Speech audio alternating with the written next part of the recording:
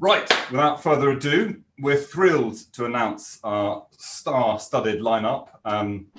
Peter Drobac, Director of SBS, Global Health Physician and Social Entrepreneur, Director of Skoll Centre and for Social Entrepreneurship. Mary Homer, CEO of The White Company. For those of you who don't know The White Company, you should do, making impeccably stylish, beautifully designed products, principally in white, and still very much a family-owned business, privately owned, and it was founded 26 years ago by Chrissy Rucker. Andy Wood, CEO of Adnams PLC. It's a regional brewery founded in 1872. An annual production, I've just found this out, is of 130,000 barrels a year. And for those of you who don't know, there's roughly about 288 pints in each barrel. So that's a lot of non-alcoholic and alcoholic beverages, I'm sure, in that.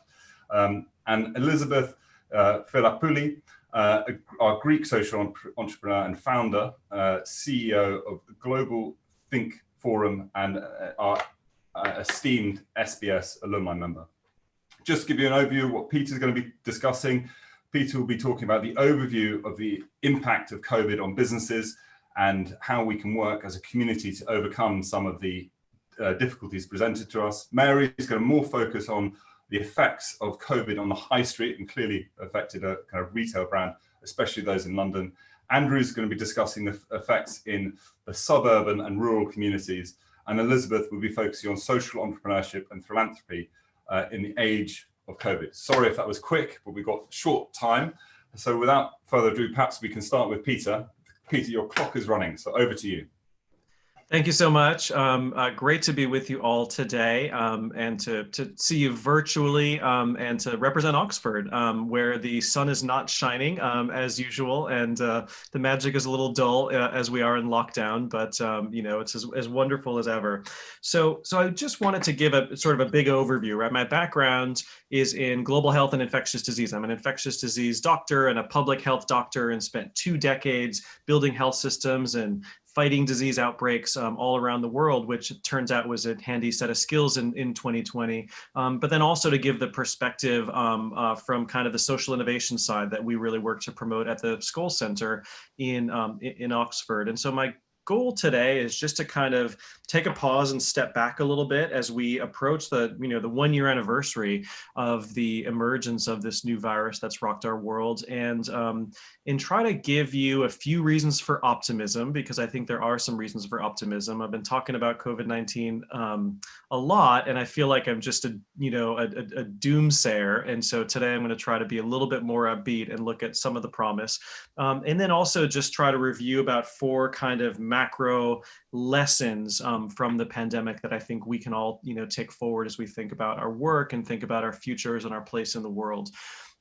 So as we, come together today, the pandemic is worse than it's been at any time, since the start of this 11 months ago. We're at well over 50 million cases worldwide, and we're seeing that happen faster and faster and faster. There are more new cases today effectively than at any point since the pandemic started, and of course well over 1 million known deaths around the world. So in many parts of the world, things are really still accelerating. We've seen that the reverberations across every aspect of our society, certainly the economic crisis.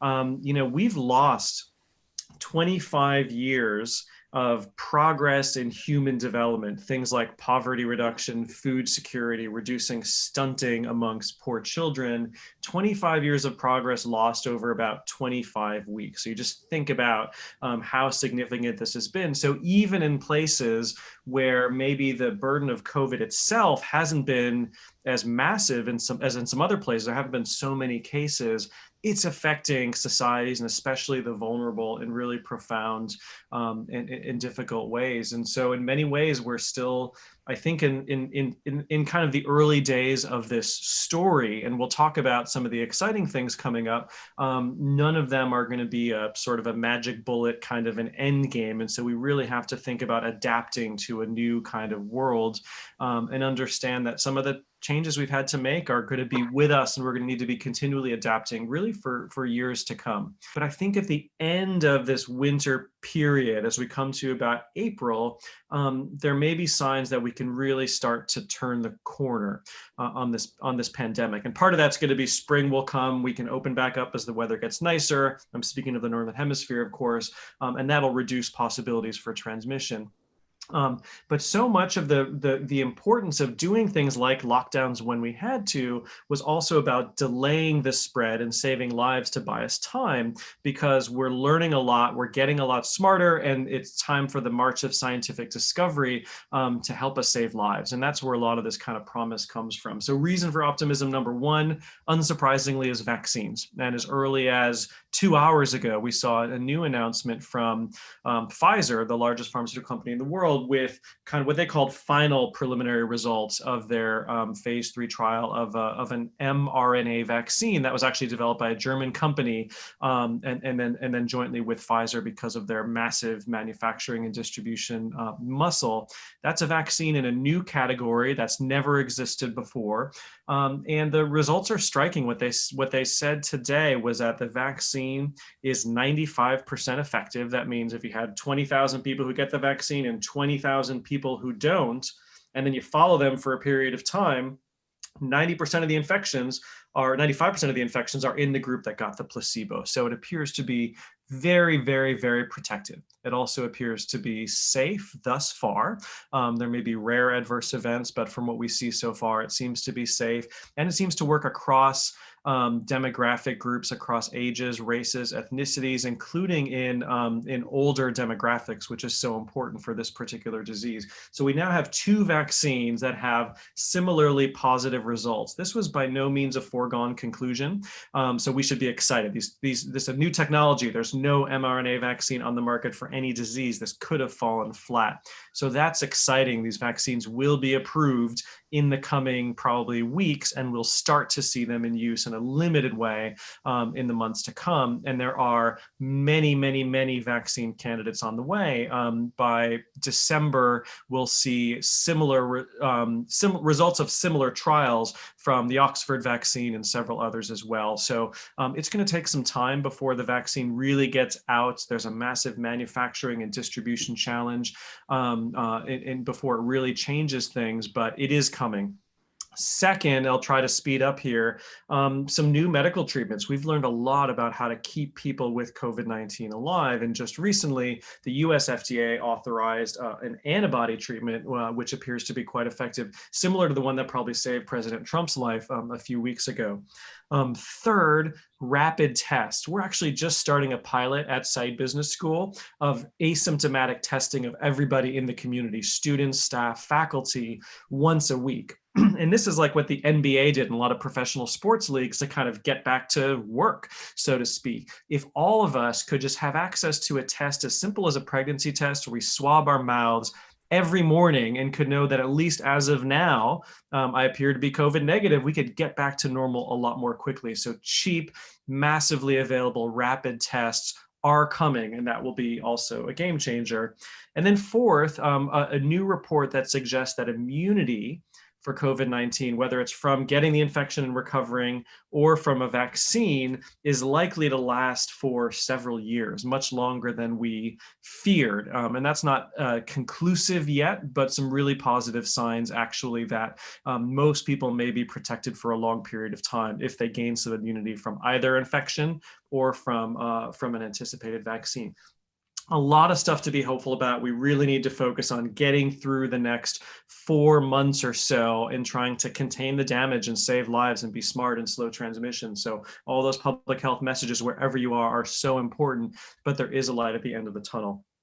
Now I want to talk about some of the big lessons. First one, leadership matters. More than anything else, if you look around the world, there are some places that have been phenomenally successful thus far at containing the virus. I was speaking with Hala Tómasdóttir from the B team in Iceland today, and they had 7 new cases yesterday, right? Singapore, New Zealand, etc. Whereas other places are struggling massively. If you look at what differentiates them, if you were to do a big model and you plugged in things like GDP, number of hospital beds, number of scientific PhDs, you know, whatever. It's none of that stuff. It's leadership, right? So leadership has been the big differentiator at where places have been able to be successful at containing this pandemic, and who hasn't. And so that is really important. It's also put the lie to where expertise comes from, right? We assume that in places where all these great minds and all these resources are, like the UK and the US, we would do better. But it's places like Vietnam, Thailand, Rwanda, which have actually really shown the capacity for social innovation and the leadership abilities to pull together and to tackle this pandemic. And so in that way, it's turned the world upside down, and I think hopefully shattered our colonial mindset a little bit. Second, anything is possible if we put our minds to it.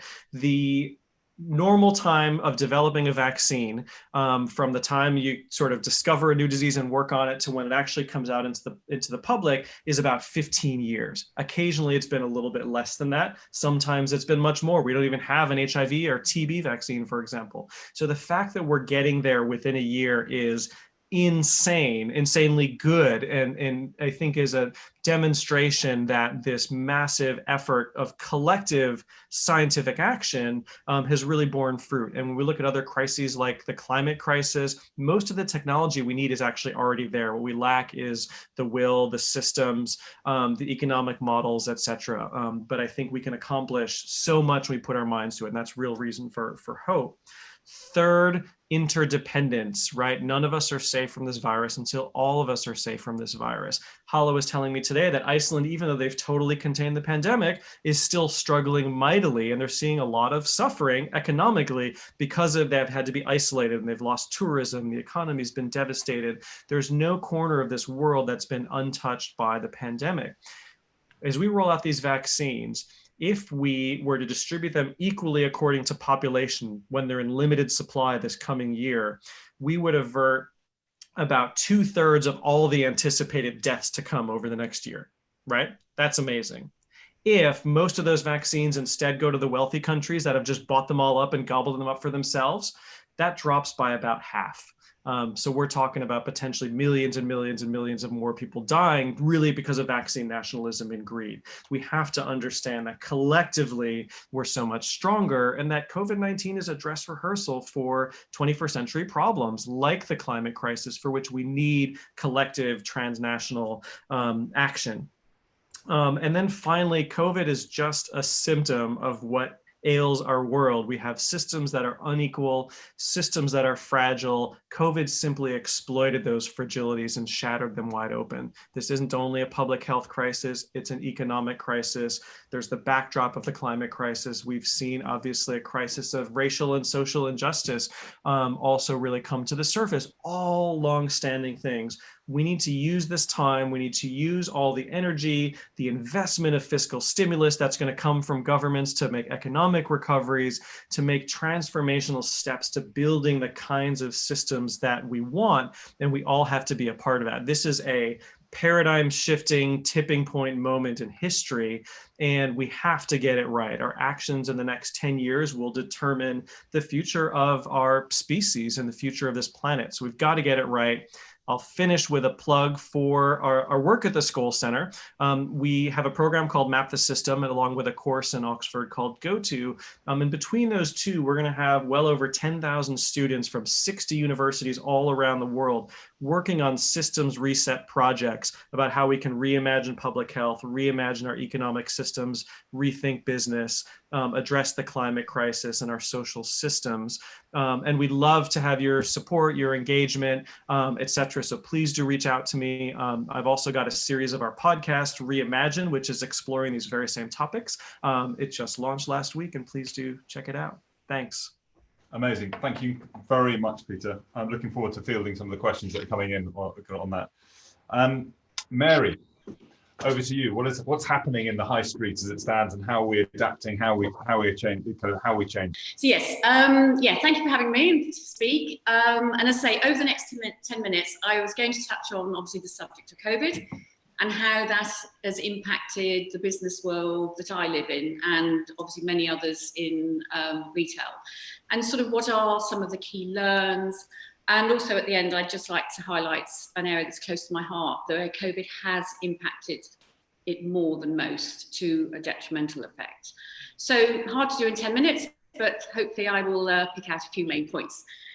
So I suppose I would say in the last 6 months, I mean, this has challenged everyone to their limits. I think whatever field of work, you know, whatever type or size of business, or, you know, the experience of any of us as individuals, I mean, this has been totally, you know, new territory. And I defy anyone, I think, to say that at times this has been absolutely terrifying. And I think also added to this, I mean, everyone you speak to, whichever, you know, field of work they're in, I don't think we've ever worked so hard in our whole lives. So really, you know, I had 2 priorities. One was, the number 1 priority was to keep 1,800 employees safe, who were extremely scared by the whole situation. And secondly, to ensure, you know, basically the business didn't go under. And so in the retail world, you know, when you close all your stores, and for my business per se, was actually half of my revenue just stopped. And then you just don't know if people are going to shop online, because your distribution centre is your lifeline. And if your distribution centre can't stay open because of, you know, people being too scared to work, or, you know, contracting COVID, whatever, then you just don't have a business at all. So all of this is just taken out of your control.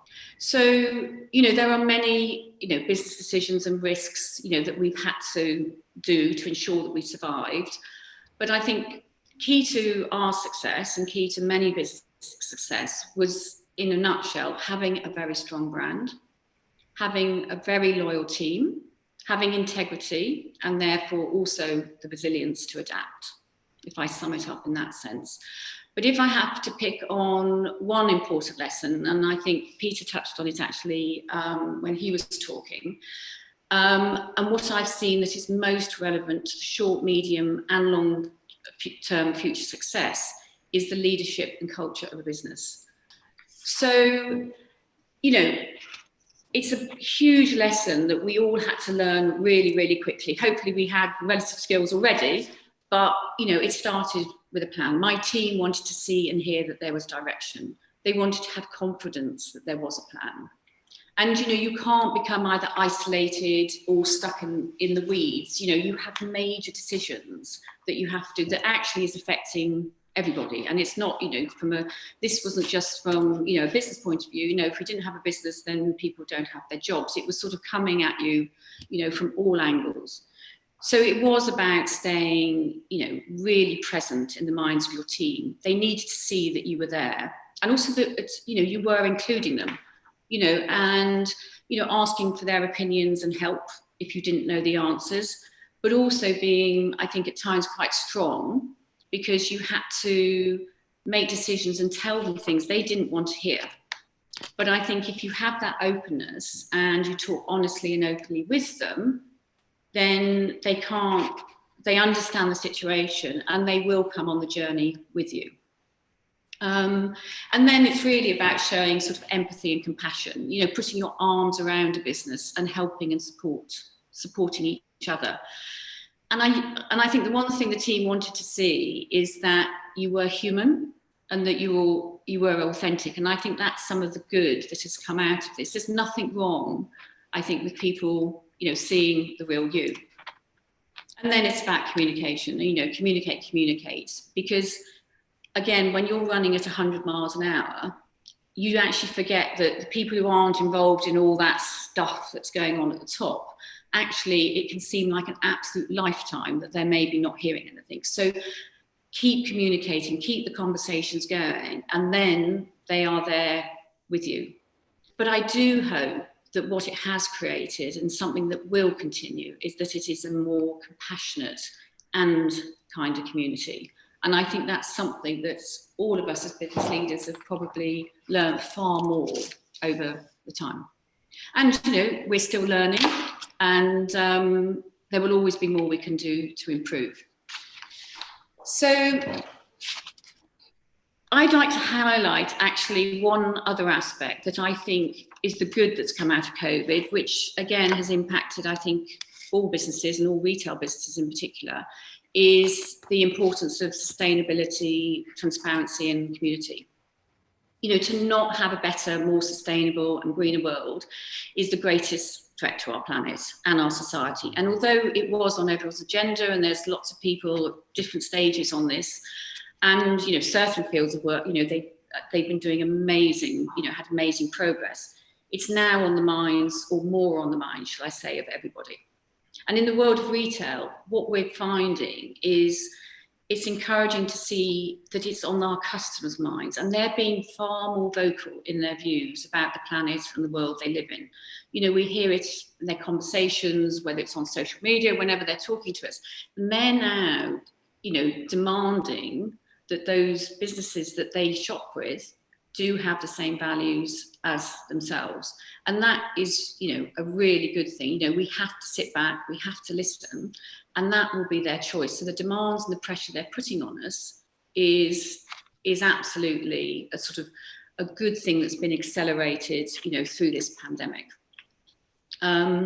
So, and with that, you know, it's collaboration across many functions. You know, this whole topic isn't just done in isolation. And as retailers, we're doing an awful lot, and there's a lot of forums now and organisations where we're all coming together.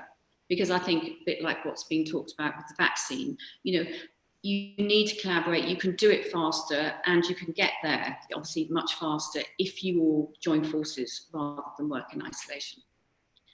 So just my final point is actually where the situation has become worse. And for many young people, the impact of COVID, the economic climate, you know, their future is really uncertain.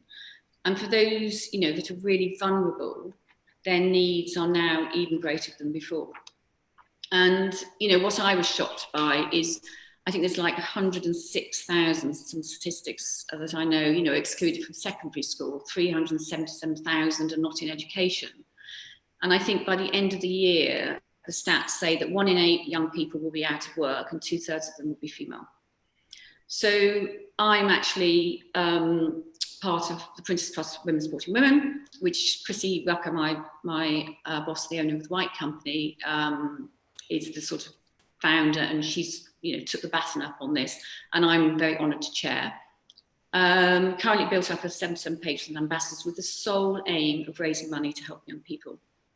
And these young people are living in extremely challenging circumstances, you know, whether it's domestic abuse, bullying, long-term unemployment, addiction, you know, and added to this a lot, you know, some of them are single parenthood. And, you know, this has had a devastating effect. And, you know, it's tested us. I mean, if you imagine how much it's tested us over the last 6 months, can you imagine what it has done to people in those situations?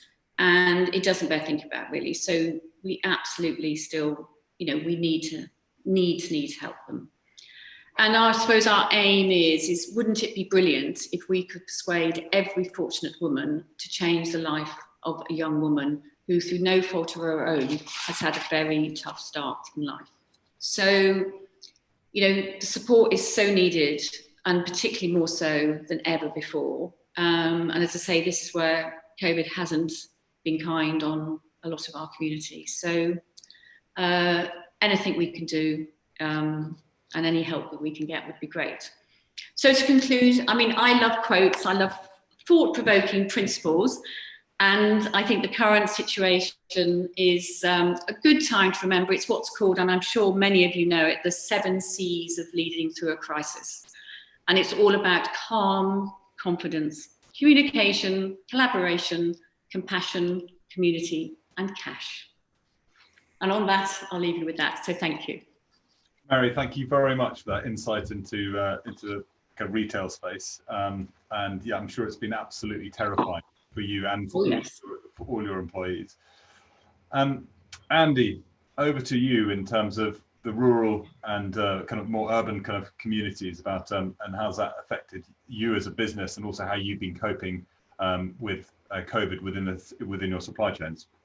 Yeah, good.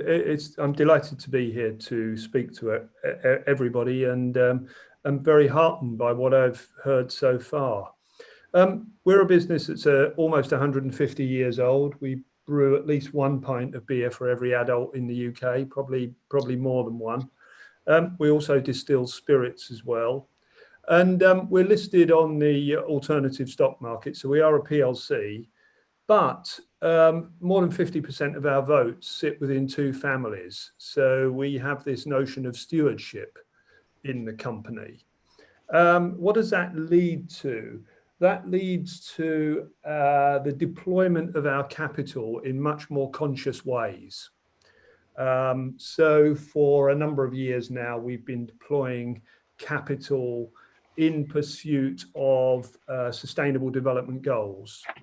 So back in 2006, we had the most sustainable distribution centre in the UK, made out of lime hemp, 5 football pitches of sedum as a roof, recycling it, rainwater, and all of that stuff. So where is that going? I think what I'm saying there is there's a different approach to capitalism, and we want to pursue that. So our purpose and values were really important waypoints and markers on this journey for us. And I think it was Peter Drucker, I'll probably butcher the phrase, but he said something like, culture eats strategy for breakfast. And so it played out for us through the early parts of the pandemic, when literally on the 23rd of March, 80% of my revenues vaporized overnight.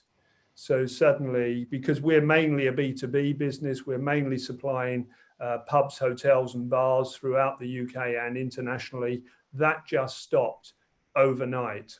So we had to quickly get a virtual situation room in place with our senior leadership team. And we were very clear about what our mission was and communicating that importantly to our staff, to our shareholders, to communities where we had pubs, and to the broader sort of stakeholder groups in the company. And that mission really revolved around health and the public health messages and making sure that everybody's health was protected first and foremost. The second was about saving the business. The third was about saving our pubs that we own ourselves, because there will be life after COVID. But actually, if pubs disappear from villages and communities, often they're the last community asset standing. The butcher, the baker, the candlestick maker is gone. So preserving pubs was vitally important. By doing 1, 2, and 3, we would have a chance of preserving as many jobs as possible. And that was vitally important for us. And like other speakers, visible leadership was vitally important through all of this, making sure that we were seen to be doing the lobbying on all of the important issues, some of which were raised by Mary. This whole notion of communication, but also communicating in the very small ways. So one of the things I got our HR team to do was for every member of staff, when it was their birthday through the pandemic, I hand wrote a card and sent it to them, just to keep them connected with the organization. One of the really good things to come out of this was this sense of mission, and our tech development was very, very rapid during this period. We had just installed Oracle a year before, and if anyone's done a enterprise resource planning implementation, a global pandemic feels like easy peasy compared to doing a major systems change. That gave us the opportunity to introduce algorithms. So we have a small retail business, we have an online business, and we have a fulfillment warehouse for those businesses in the Midlands. As that became overwhelmed, because whilst this is a health theme here, and I'm not sure as a purveyor of alcohol I can legitimately talk about health, but we saw the purchases of alcohol really go through the stratosphere. So distribution centres became quickly overwhelmed. within 3 days, we had algorithms written that enabled us to, as the order was taken, it would check stocks in all of our locations, would generate the correct geographic location for those customers, would serve them in the most economic way. And that might be from our shop, that might be from our beer fulfillment warehouse on the Suffolk coast, or it may have been from our distribution centre in the Midlands. And we wrote that in about 3 days. So there was rapid. In a pre-COVID Adnams, that would have taken 3 months to do, and we would never have finished it. So there's nothing like a crisis for focusing the mind. Like Mary said, I think there are some really, really important themes that have emerged here. The power of community, however one chooses to define that, whether you define that as your own organization, whether you define it as the communities that you serve, whether you define it as particular interest groups. I think as leaders in organizations, we have to promote that community. Sustainability has risen to the surface. I think we have a head start in there. We did have at one time the most water efficient brewery in Europe. As I said, we had the greenest distribution centre in the UK, and we had the lightest weight bottle on the market for many a year. So that felt fairly natural to us.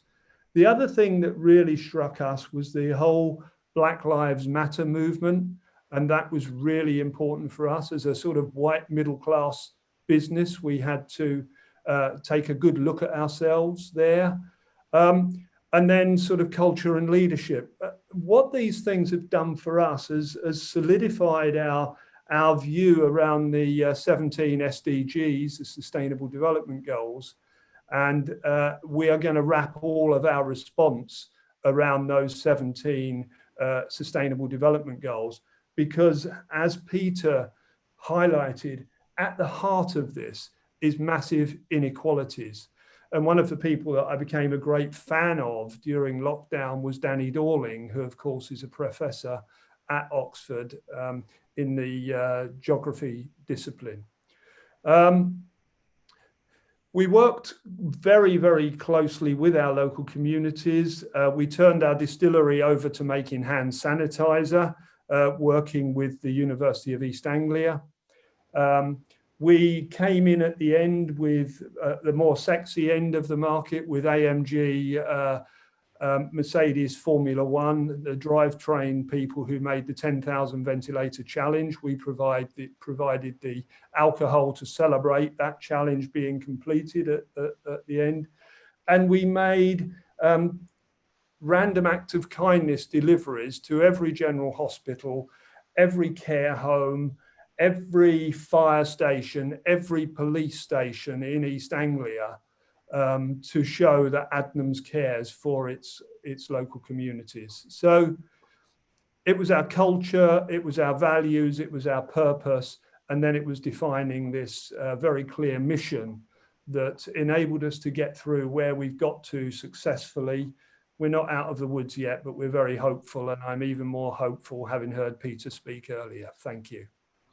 Thank you very much indeed. And it's really interesting to hear how two effectively family businesses have reacted to this crisis. And there's a question that's come in on that, but let's not get to questions. Elizabeth, really over to you, kind of to focus on the social entrepreneurship and philanthropy side of the age of COVID. Really fascinated to hear your perspective on the current crisis. Thanks, Will. Excellent interventions and some very powerful messages by Peter, Mary, and Andy, and thank you. Keeping in touch and communicating, as Mary highlighted, is critical these days. Small acts of kindness, as Andrew described, are very, very important. And of course, how we support innovation in the health sector. As Peter said, we have realized the imminent need to do that. I run a mission-driven organization.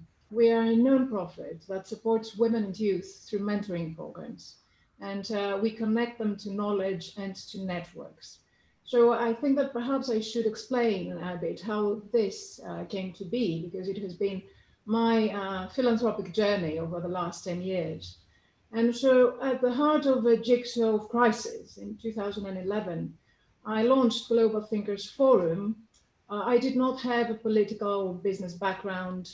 I was a journalist. And I guess if you're born curious, restless, perhaps a bit of an activist, a bit of an idealist, and you're okay with rejection, you may well become a journalist. And this is who I was. I was born into a Greek family of publishers and journalists, and my family had dedicated decades into education and storytelling and news coverage since the 1900s. Linking to the here and now, this is a crisis that affects our world and each one of us individually on many levels, economically, socially, psychologically. And this momentum in the history of mankind is one that begs for philanthropy and social entrepreneurship. History repeats itself for bad or for good, for both. If we are able to listen, pay attention and learn, then we can prep ourselves and we can be fairly ready to handle any crisis. Pandemics, as we know, become the focus of attention for economists, sociologists, psychologists, scientists, because the consequences in people's lives are on so many different levels. And economically, perhaps we're witnessing and going through one of the greatest wealth transfers in history. Those who are becoming richer must also visit the social issues that challenge our societies today and will be challenging our societies in the decade ahead. And we need to help find and fund solutions. So moving into 2021, I will attempt some, not exactly predictions, I mean, let's say, no one can predict these days, but perhaps some thoughts here. We will see some big business that will rebound, but we will see others that will go bankrupt. And in fact, they will go bankrupt making a big noise. But this is also a tremendous opportunity for new chapters, for businesses to build new models. We're seeing an unprecedented acceleration across all trends, downwards and upwards. The pace and depth of transformation that has happened within 9 months is unique in our lifetime, at least. And there is a bright side in all this. I always like to look at the glass as half full. So as we are part of a business school here, our graduates are ambitious, as they should be. They're talented as they would be, since they're part of this school. And so I think that by carefully observing what has happened and learning from mistakes that we have seen shine in negative ways over the past few months, there is a lot of wisdom to be accrued and implemented into the future. So to me, prioritizing positive social impact by taking into account wider issues and trying to build businesses that respect people and create better lives for the underprivileged, the marginalized, and the disenfranchised. What we see emerging through a chaotic landscape are new and ambitious, exciting ventures, healthier businesses and healthier business models, and social impact-driven companies. So I would encourage our graduates to ride that wave, to rethink their mission, rethink their values, as all of us should be doing, rethink our relationship with this world and our legacy. And let's try to create a legacy of kindness. Let's try to incorporate compassion in our vision, how we deliver our services, how we produce and deliver our products. And I think that social impact investment is unlocking new potential for profiting with purpose. So all of us need to be part of that. Now, as leaders and business leaders in specific, I think that we should focus on building lean business models. The other thing which we've learned is that we have to accept that change is inevitable. It is happening. There is really nothing that we can do to stop this change or to revert to the old normal. There is no normal anymore. So zero waste management, agility, adaptability, these are the weapons that companies and professionals currently need to survive and to transition into a new world. Staying relevant. We have to stay relevant with our clients and markets and partners, whichever field or industry we're in. The companies and teams to win this war will be the ones who will continue to stay informed. They continue, as Mary said, to stay connected, communicating, and attuned to emerging trends. Exploring new directions. Challenges can always be transformed into opportunities. Never waste a good crisis. This is an enormous momentum to reset towards new directions and to focus on positive action. So do not allow fear and insecurity hold you back. There is a sense of solidarity and people are moving closer together. So new projects are being created. There is a spirit of stewardship. Social entrepreneurship is the future. Empathy is permeating our conversations a lot more than before. And technology is offering enormous opportunities to learn. The deck of cards, as I see it, is being reshuffled currently. So just stay around the table with perseverance, alertness, and vision. And on a personal level, I think it is important to kind of, understand that our lives, like it or not, are split into the pre and post coronavirus periods. Let's keep reflecting. And when the crisis is over, let's see how we want to continue with our lives. Are we going to change? Personally, I believe yes. To the better? Hopefully, yes. Let's support and give kindness and connect in new ways. And so with this, I would like to conclude. I would also like to invite you all to join us. Perhaps you would like to visit the work that we launched last week on kindness in leadership in times of crisis, together with Marco Tresca and a group of Saïd Business School colleagues. We are exploring the 10 characteristics of kindness and their manifestations. It's like a guide for leaders in this crisis as to how they can build resilience for themselves, but also for their audience. Thank you very much indeed. We've got a bunch of questions that have come in, a couple by text, and then some of the Q&A for them. So I'm going to kick off. I'm going to try and wrap a couple together. Peter and Elizabeth, the kind of first one for you is, we've talked about this interconnected world that we live in and collaboration, and the arrival, incredibly exciting, the last 24 hours, 48 hours, week of vaccines coming to market. How are we going to make sure that's globally distributed fairly, and so therefore we don't end up with, as you said, the rich just taking the vaccines? And then the second part of that question is really the excitement of collaboration over the last 18, well, since the pandemic started, has been extraordinary, and it'd be really interesting to hear some examples of that collaboration kind of at a broader level, east versus west and north south. But is the development of the vaccine going to continue on that progression of collaboration, or is it going to retrench us back into a kind of a hawkish state? So really, I think that's open to Peter and Elizabeth, and then we've got a couple for Mary and Andy as well.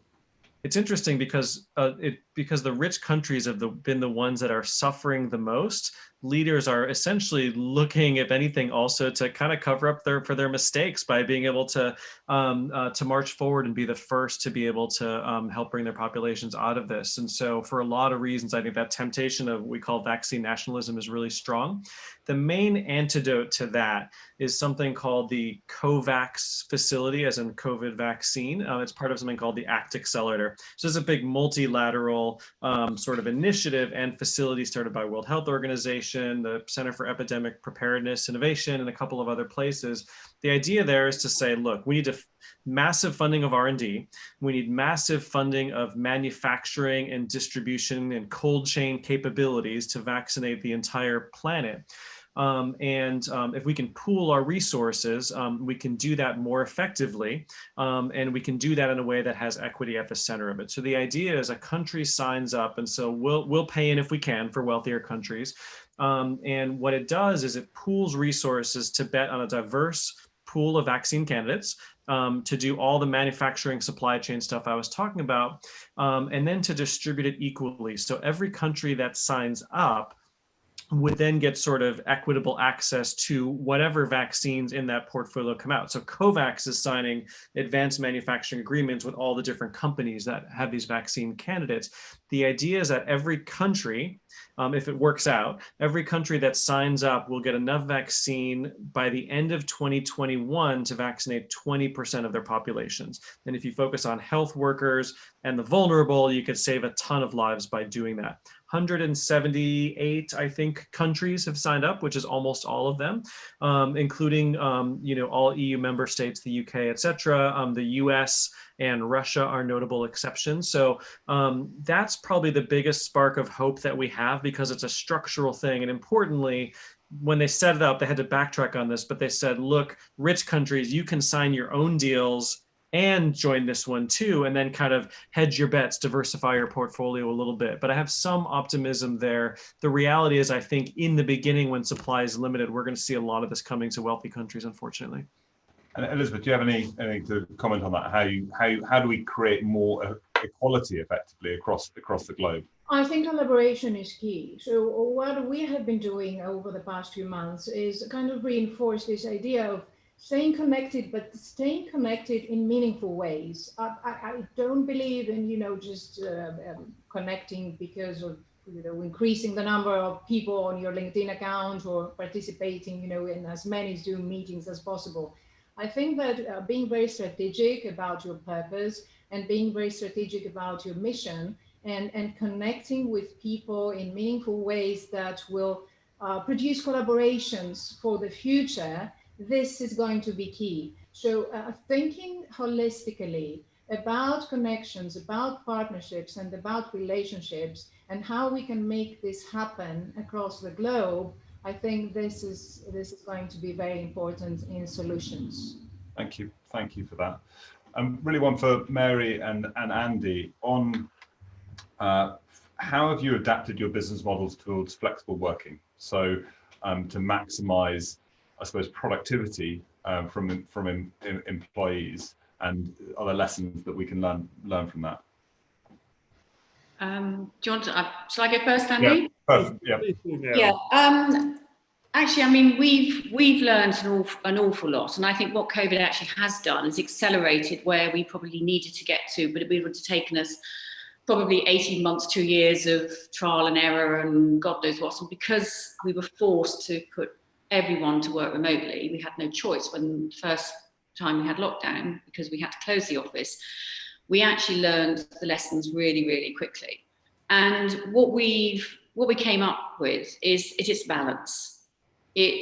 We're in an industry where there are certain jobs that have to be done in person. We buy product, we fit product, we do all those sort of things. So certain areas of the business and anything that is creative, there are times you have to be in person and doing that. And also the other two aspects were people learning. It is virtually impossible, particularly when you're younger, to learn sat behind a screen in a lot of businesses, in our businesses in particular. So therefore, how do you ensure that people are learning, going up the ladder? Because you do that by listening to people. You do that by being in the same community. So we sort of had to answer that one. And then the whole brainstorming initiatives. And again, you can't do that when you've got 4, 5, 6, 10 people on a screen, because you just don't get that natural interaction. So what we then found, but what we also found, there were a load of tasks that you can do from home. So we actually learned really quickly what that would do. So where we've actually ended up is on up to 3 days in the office, so up to 2 days working from home. So it's given a balance. You've got the work-life balance. You're you've got also just, people who want to be in the office 5 days can be in the office, because we've also got, as I think we've touched on before, you're sat in a 1-bedroom flat in, middle of London, and, it's not good for your mental health either. So it's been amazing actually, because we have got that balance. And as we're sort of coming back, we're into the office now, and have been actually for the last couple of months in particular, we're starting to, get that basically into the system now. And has this been across the board? Have you had to apply this? So I imagine with manufacturing facilities, it's been very different as well. Yeah, I mean, we went, well, first of all, I think this is a moral maze, because there were some real efficiency gains made during the COVID-19 crisis. So going from, a management team that was probably 100 people down to 50 people running the business, and, communicating with others who were on furlough and things such as that, was quite a revelation, really. And our daily situation room meetings in the morning and in the afternoon, and achieving the right balance between autocracy and empowerment was really, really important. We equipped every meeting room in our business now and our locations with large TVs and keyboards, so that that Teams meetings can take place, and we authorized everybody that they can work when they want and what suits them, rather than what might be jacket on the back of the chair. You've got to be there till 6 o'clock, and then you clock off, and then you're back on at 9 o'clock. And you will have noticed from our email footer that we're a 24/7 business now, and you may get emails from us at odd times of the day. That's because we've got different working patterns, but that hasn't detracted from efficiency in the business. We're looking very much at reskilling our workforce and how we engage with the customer. So one of the things that's emerged out of the technological advancements that we've seen is that we can put in between ourselves and the customer a single point of contact who can answer every question. When we mapped those interactions, there were probably 70 interactions and 5 or 6 different places that people could have gone to in our business for an answer. They can now all be channeled through one person who can give that customer the answer through technology. The moral maze I mentioned is some of these mean that we're more efficient and we have more sustainable jobs, but we may need less people into the future. And we have to tackle that phenomenon, really. Very difficult questions though, because the moral maze of technology, which means less people potentially need for those jobs, and so therefore where do those people go within the broader economy? Absolutely. Mary, one for you on the retail side: is the high street dead? Absolutely not. That's the answer. Good. There we go. The way they went shopping, when the press said, when they were closed in the stores this time round, and they said 3 days till Christmas, or whatever the highlight of the Daily Mail was, or whatever. If the amount of people that went shopping and the sales that were taken in 3 days, the high street is absolutely not dead.